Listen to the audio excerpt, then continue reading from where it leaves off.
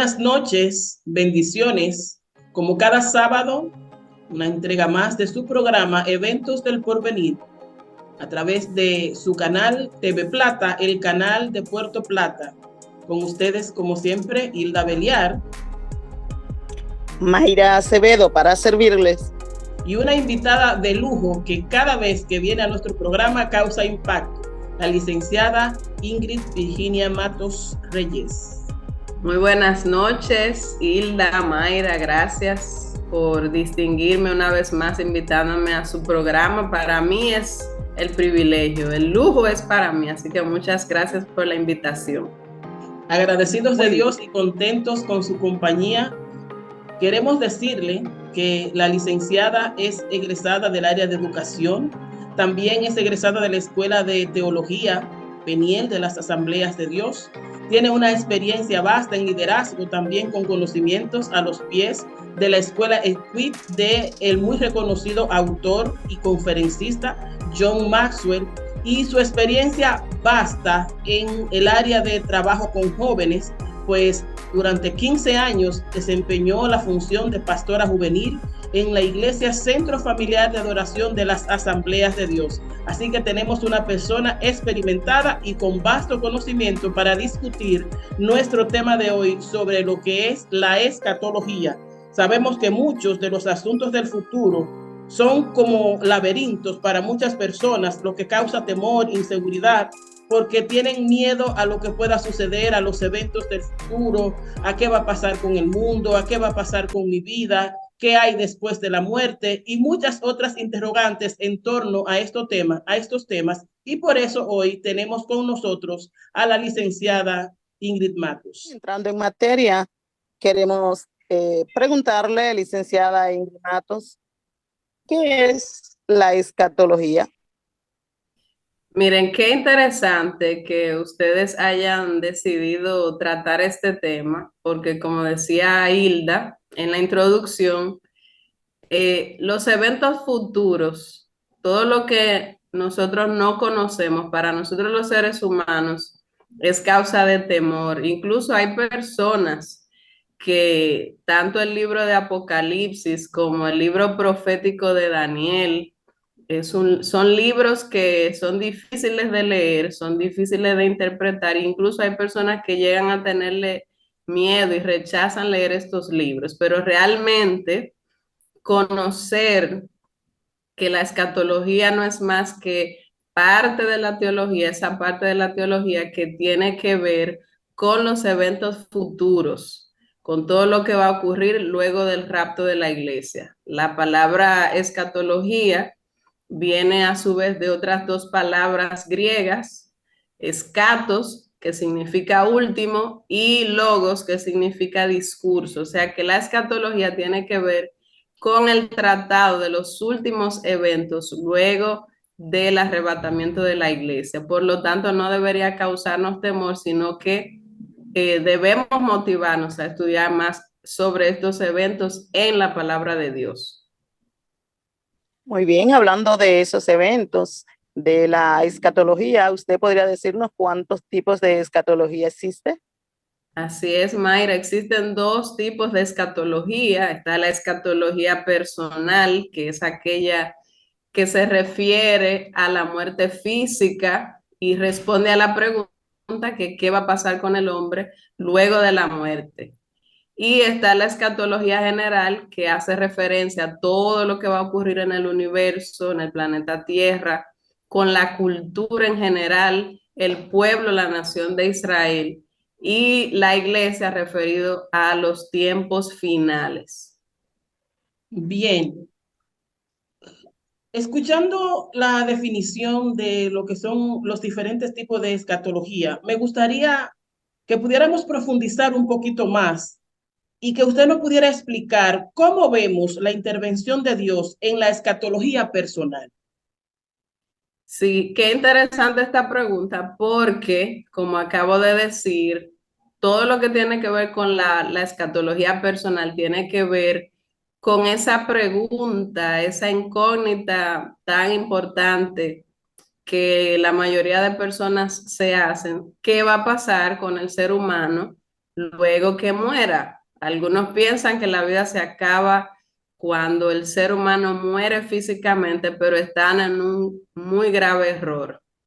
Ahora, ¿dónde interviene Dios? Porque recordemos que Dios nos creó eternos. Cuando Dios creó al primer hombre, a la primera mujer, nos creó con esa facultad. Por lo tanto, ahí entra también la parte donde vemos que el ser humano, para algunos teólogos, el ser humano tiene, se le considera tripartito, alma, cuerpo y espíritu, y para otros teólogos, alma y espíritu es la misma cosa y se le llama bipartito. Entonces, ¿qué es lo que ocurre? Miren, cuando el ser humano pecó, se separó de Dios y era necesario que Jesucristo, el Hijo de Dios, viniera aquí a la tierra a morir por nosotros. Entonces, su intervención entra precisamente en que Dios no dejó que el ser humano se quedara en ese error,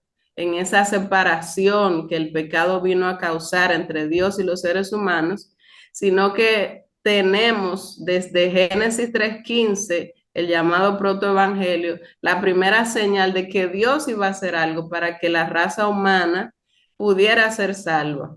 Entonces, por medio de Jesucristo, entonces ya no tenemos que enfrentar la muerte eterna, que es aquella que ocurre cuando el ser humano parte de esta tierra, que es la muerte física, el alma se separa del cuerpo, pero el alma y el espíritu siguen viviendo. Entonces, esa alma tiene dos lugares donde la persona va a terminar y una de ellas es el cielo y otra es el infierno. Entonces, dependiendo de la elección que la persona tome en la tierra en vida, entonces podrá disfrutar de las bendiciones de Dios o no. Y a esta nos referimos como la esperanza viva. En la palabra encontramos esto como la esperanza viva.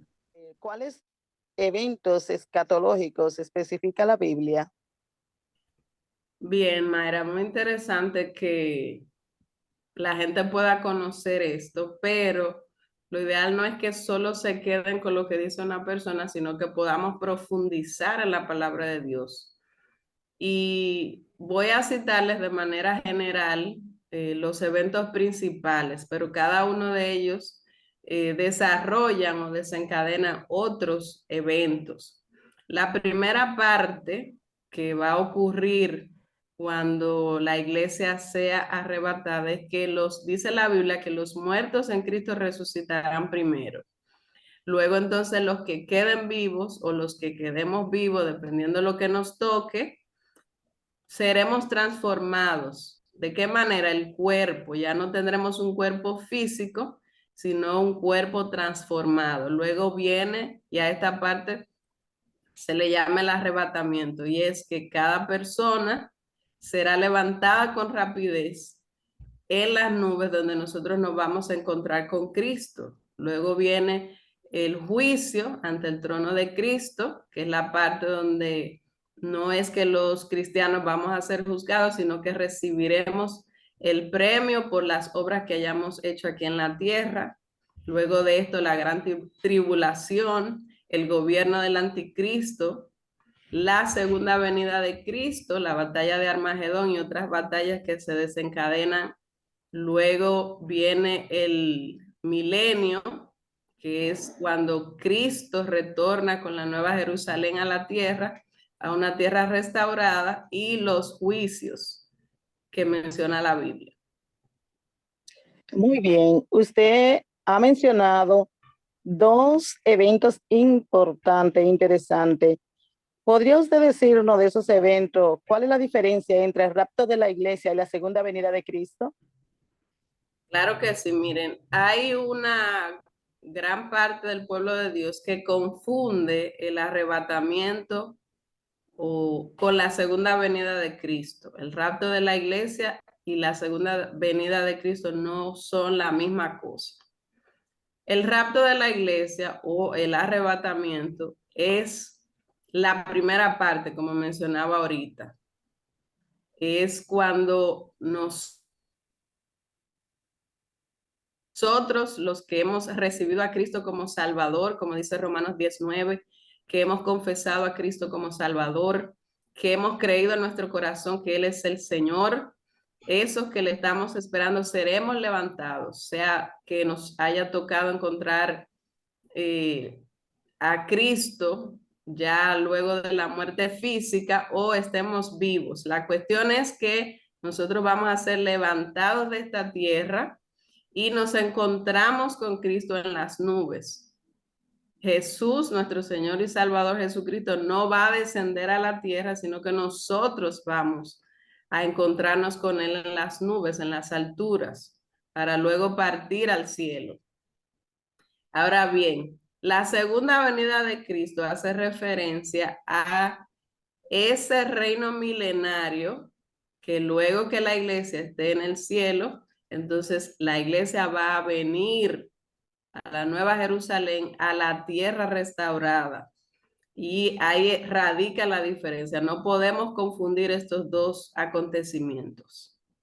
Bien, señores, el tiempo en televisión es siempre poquito.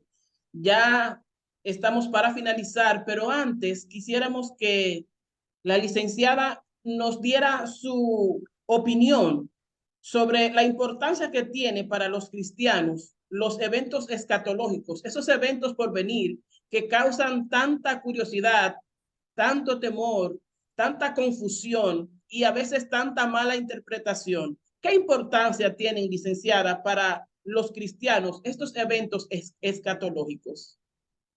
Y qué bueno terminar con esa pregunta, porque realmente nosotros no tenemos un futuro incierto, sino que cada uno de estos eventos futuros nos recuerda la bendita esperanza que habla la palabra de Dios, el saber que nosotros creemos en un Dios vivo y que Él tiene todo, como decimos, fríamente calculado.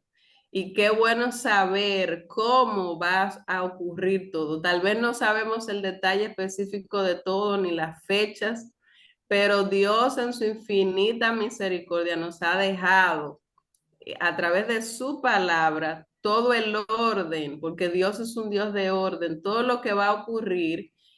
Y no debemos tener miedo, sino como decía al principio, estudiar, profundizar la palabra de Dios para conocer y así quitar de nuestra vida el temor y poder esperar a Cristo con esa esperanza que Él tiene para nosotros. Esa fe genuina se hace real cuando nosotros creemos en todos estos eventos, porque un día le veremos cara a cara y esa es la mayor bendición que podemos tener.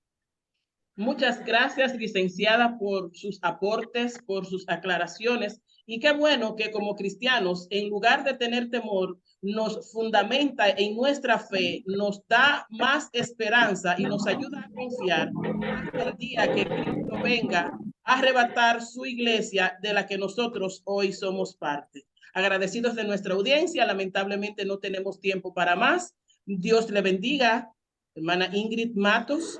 Y estuvo con ustedes nuestra hermana Mayra Acevedo e Hilda Beliar, y nos vemos en la próxima semana con una entrega más de su programa Eventos del Porvenir.